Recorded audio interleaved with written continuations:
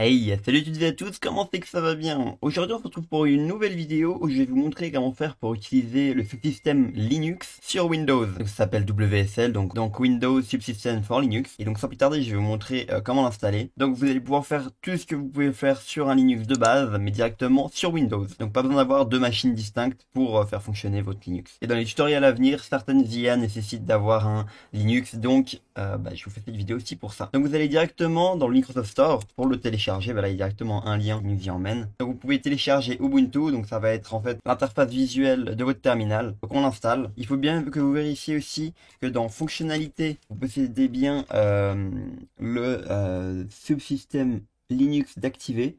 Voilà, sous-système Windows pour Linux, il faut qu'il faille cocher, et si jamais c'est pas le cas, vous cochez et vous redémarrez votre PC. Donc là, on télécharge ça, et je vous montre rapidement comment le configurer. Ok, donc là, l'installation vient d'être faite, donc là, on va directement vous demander votre nom utilisateur Linux. Donc là, vous mettez ce que vous voulez, moi je vais mettre code rédempteur, hop là. C'est vrai, on n'a pas le droit de mettre de majuscules, hop là, donc vous faites tout en minuscule. Hop là, vous mettez votre password. Voilà, donc une fois fait cela, vous avez votre Ubuntu qui a en tout cas les bases de préparer. Donc là, vous pouvez déjà commencer à l'utiliser comme un Linux de base. Ok, donc maintenant qu'on a configuré WSL en mettant mon utilisateur et le mot de passe, on peut directement voir quelques petites commandes utiles dans WSL. Donc les premières seront sudo apt update. Donc update, ça va servir en fait à mettre à jour votre WSL. Il faut toujours le faire quand vous venez d'installer votre WSL. Donc là, vous faites un sudo apt update. Donc là, vous venez de télécharger les packages. Mais maintenant, il faut les installer. Donc, vous faites un sudo apt upgrade cette fois-ci. Upgrade. Donc là, ça va les mettre à jour. Voilà, bon, moi, je pense qu'ils sont déjà mis à jour. Mais voilà, ça va vous télécharger en bas ce qui manque. Donc le sudo apt, c'est un peu la commande qui met votre commande suivante en mode admin. Donc si jamais on vous dit que vous avez permission denied, vous mettez sudo apt devant et ça devrait régler la plupart de vos soucis. Ok, donc maintenant je vais vous montrer quelques commandes utiles de base pour naviguer en fait dans votre WSL. Donc, ok, donc la première commande qui va vous permettre de vous déplacer dans votre WSL, donc dans votre Linux, c'est la commande cd. Donc cd, elle vous permet de vous déplacer. Donc vous faites cd et le chemin en question. Donc là, par exemple, on est dans le répertoire courant. Donc on ne sait pas exactement lequel, mais c'est l'endroit où on est. Donc là, vous faites un cd slash. Cd slash va vous mettre à la racine. Donc là, si on vérifie en faisant la commande explorer.exe.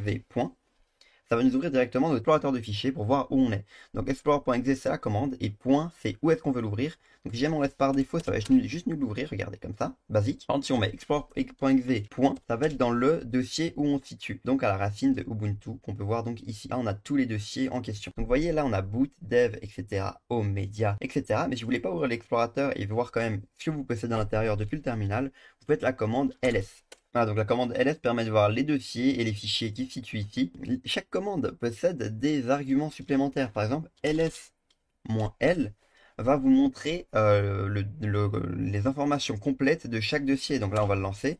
Et donc là, ça va vous donner les droits utilisateurs. Donc là, ça dit que c'est lecture, écriture, etc. Donc listen, writing, write, etc. Ça nous dit où est-ce que c'est situé, quand est-ce qu'il a été créé, etc.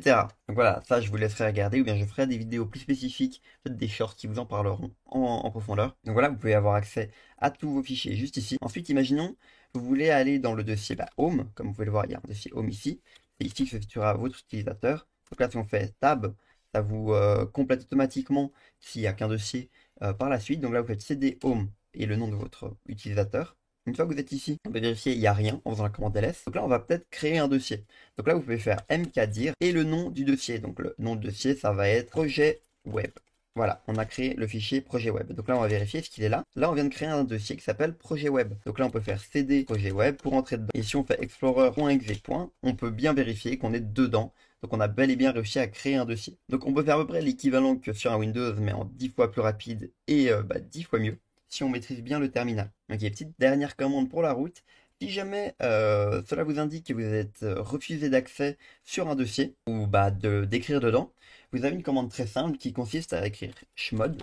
Donc chmod, ça permet de changer les permissions d'un dossier ou d'un fichier. Vous faites -r 77777, c'est donc write, enfin écrire, lire, exécuter si je ne me trompe pas, et 7 c'est la valeur maximale. Donc ça veut dire que vous avez tous les accès, et vous mettez le nom du répertoire. Donc nous on va mettre point, et ça veut dire que maintenant on a accès à tous le dossier. Donc pour vérifier ça, on peut faire ls-a, pardon, ls-l, ls-a, ça monte les fichiers cachés. Donc là, on va faire un ls-l, et là, on peut vérifier draw, write, etc. On a tous les accès pour le projet web. Voilà, maintenant que vous avez un Ubuntu prêt, dans une future vidéo, je vous montrerai comment installer un serveur Apache pour, par exemple, utiliser du PHP. Si vous avez des questions, je peux vous répondre en commentaire ou sur Discord. N'hésitez pas à vous abonner, liker, partager la vidéo. On se retrouve très bientôt pour de nouvelles vidéos. Ciao, ciao!